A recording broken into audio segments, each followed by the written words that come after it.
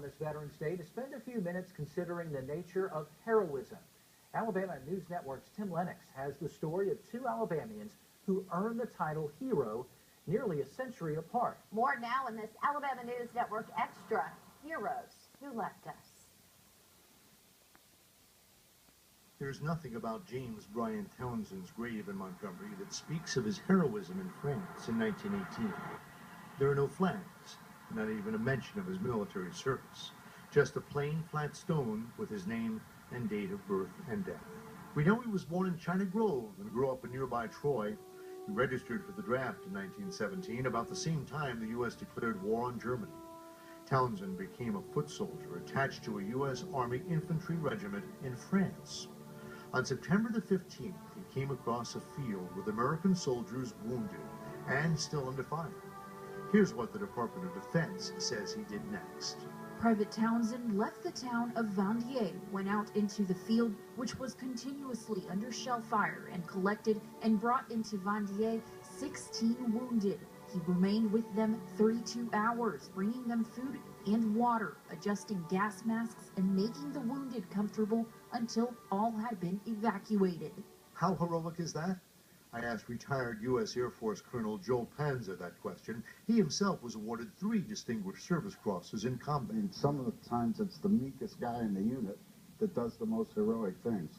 And I think they just do it instinctively, and it just comes as part of doing your job, and also the adrenaline's flowing, and the last thing you think about is your own safety. You just do what you have to do. The Troy Messenger and other newspapers reported the award. Bryan Townsend moved to Montgomery and opened a garage. He and his wife lived in a house on Mulberry Street, and when he died in 1964, he was buried in Greenwood Cemetery. They had no children. There's a lot we do not know about Montgomery veteran Bryan Townsend. For example, we don't have his picture. But we do know that one day, almost 100 years ago, he saved 16 lives. And certainly that is worth remembering and celebrating. The other hero we're focusing on this Veterans Day didn't die in war or combat, but he did die in a hail of bullets. And it happened here in the town of Sampson, Alabama. 9 people had already been shot and killed in March of 2008. 28-year-old Michael McClendon was on a shooting spree in Coffee and Geneva counties. He killed 5 of his family members, including his mother and grandmother, and 4 other people he came across. That's when Bruce Malloy stepped in. Assistant Sampson Police Chief Gerald Smith. He didn't think of himself. I don't think he thought of his safety. I believe what he was going through his mind was the safety of others, and that somebody's got to stop him, and he was in the best position in his mind to stop him. And that's exactly what he did. He rammed the suspect's car with his own vehicle, and that's when he became the 10th and last victim of Michael McClendon. McClendon took his own life several miles away in a shootout with police. Dang it. Come on. Reba Judson of Daleville was Bruce Malloy's aunt. Our family has always cared about people, so I knew Bruce cared about what was happening and wanted to help these people.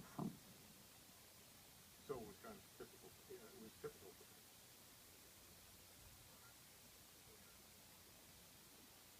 Nobody really knows, of course, what happened except for the 2, for him and...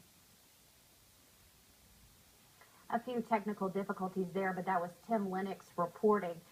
There are hundreds of thousands of veterans living in Alabama, and the state is home to a half a dozen military bases and some 66,000 military personnel.